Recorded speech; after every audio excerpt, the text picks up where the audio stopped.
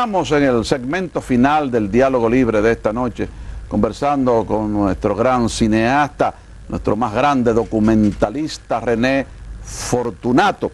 Entonces, René, tenemos que pasar en este segmento final a tu próxima obra después de tantos éxitos. Lo primero es que yo quiero que tú les recuerdes a los amigos televidentes, sobre todo a los más jóvenes, una especie de orden cronológico de este formidable aporte tuyo para la preservación de la memoria histórica del país. Sí. Bueno, mi labor comenzó en 1986 con un corto llamado Tras las huellas de Palau, que fue un homenaje que quise hacer al primer dominicano que tuvo la intención de hacer cine en este país, que fue Francisco Arturo Palau Pichardo. Eso lo pasé en el Museo de Historia y Geografía y ahí, digamos, me estrené como realizador de documentales. 2 años después hice Frank Almanza. Escucha que te interrumpa, René, antes de continuar con la cronología.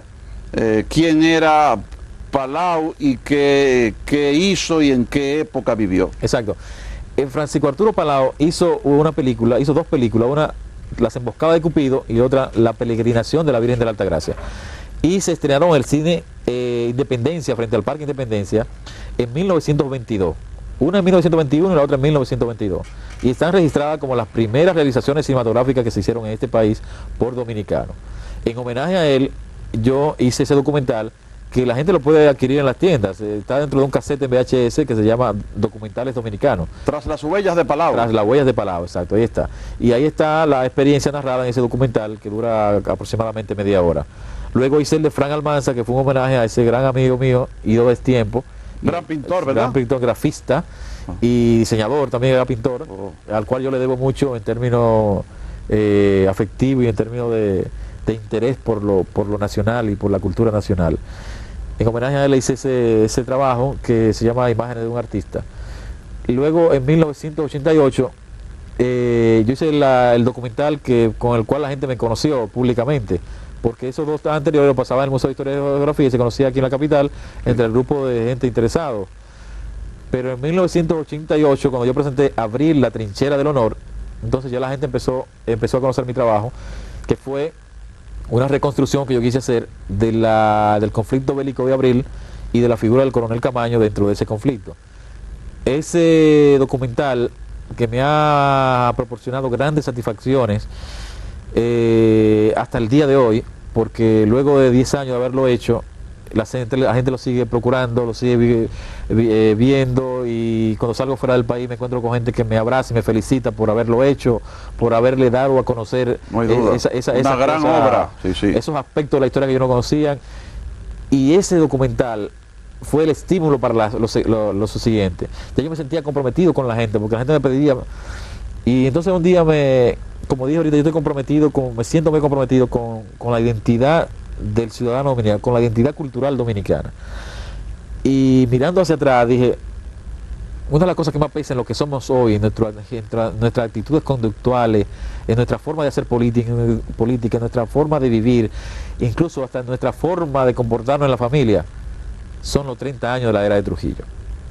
Y entonces me di como tarea hacer una reconstrucción para que la gente viera cómo se generó esa dictadura, cómo se desarrolló y cómo terminó. Ya la completaste, ¿verdad? Sí. Es una trilogía, ¿no? Sí, la trilogía del poder del jefe. El poder del jefe. Que me tomé, porque mucha gente la ve ahora junta, pero eso me tomó a mí 5 años de trabajo.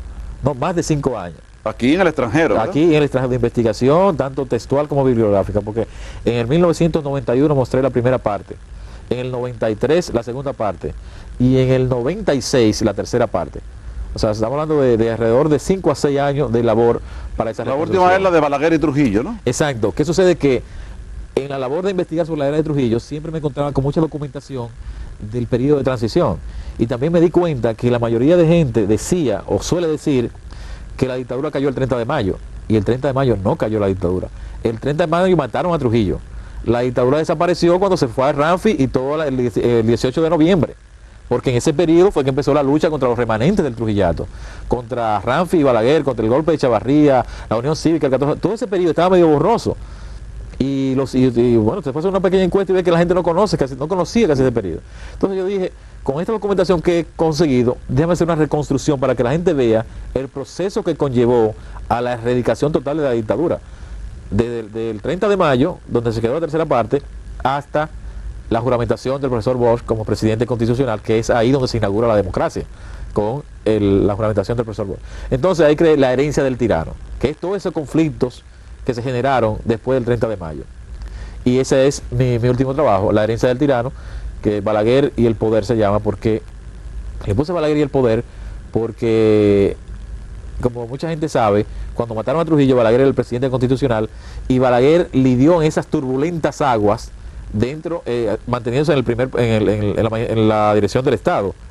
Y cómo él se manejó ahí, trato de mostrarlo en este documental, cómo él se manejó entre Ramfi, la presión de los norteamericanos, la presión de la izquierda, la presión de la Unión Cívica, entre todos esos frentes, cómo él se manejó y cómo finalmente sucumbió, porque tuvo que asilarse en la nunciatura.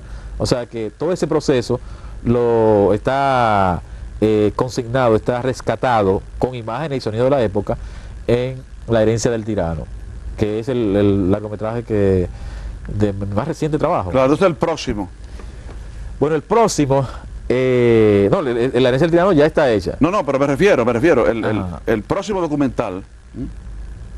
¿Cuál sería el próximo? ¿Cuál sería el próximo documental? Sí. El próximo documental, yo inicié un proyecto me llamaba mucho la atención.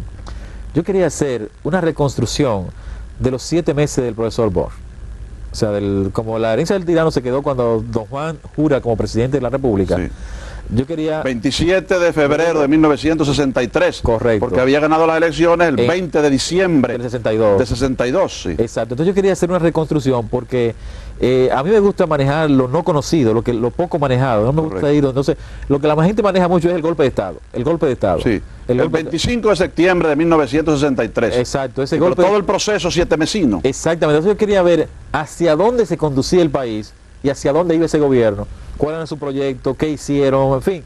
Sí. Ese era un... Bueno, que lo tengo relatado y todo, cuál era el esquema de ese documental de los 7 meses de gobierno. Y el golpe de Estado como final trágico de esa gestión. Correcto. Pero si después mirar un poco para atrás, poca gente sabe cuál fue la gestión o sea, cuáles fueron los proyectos, hacia qué iba, dónde fue los países que visitó, porque fue muchísimos países también. Bueno, visitó, por ejemplo, Francia y se entrevistó como presidente electo con el presidente francés, Charles de Gaulle, un gran amigo de nuestro país, uno de los grandes hombres del siglo XX, sí. En Washington con el presidente John Fitzgerald Kennedy. Y en México con Hugo López Mateo.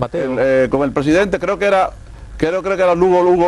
López Mateo. López Mateo o Díaz Ordaz, no recuerdo. López Mateo. López Mateo, ¿verdad? Sí, López Mateo, sí. Exacto. Y también se entrevistó con varios funcionarios en Europa, aparte de Francia, creo que fue a Bélgica, Inglaterra. Sí. Él hizo una gira europea. Sí, si mal no recuerdo, se entrevistó quizás en Inglaterra con el primer ministro, probablemente Harold Wilson, no recuerdo. Exacto. Pero por ahí anda la cosa. Todo eso son acontecimientos. Perdón, Adolfo López Mateo. Exactamente. Porque dije Hugo López Mateo porque... Por Hugo Mateo. Por Hugo, no, y por Hugo López Morrobel, el editor deportivo. Sí. Adolfo López Mateo, presidente de México en 1972. Entonces, ¿qué sucede? Que todos esos acontecimientos, esta generación no lo conoce. Y mucha gente no lo conoce, que tuvimos un presidente que hizo una gira europea. Correcto. Y que se entrevistó en el nombre de la nación dominicana, buscando proyectos, buscando relaciones, entonces todas esas imágenes, yo tenía un proyecto de salir detrás de ella, sí. O sea, de ir a Francia, de ir allí, rescatar todo eso, sí. Y entonces reconstruir ese proyecto en cierne, ese proyecto democrático en cierne, y hacia dónde iba, sí. Ese y su trágico final. Correcto. Ese era un proyecto. El otro, pero no las circunstancias... Lo dejaste a un lado entonces. Sí, quedó a un lado. Entonces, ahora... Qué lástima, ¿eh?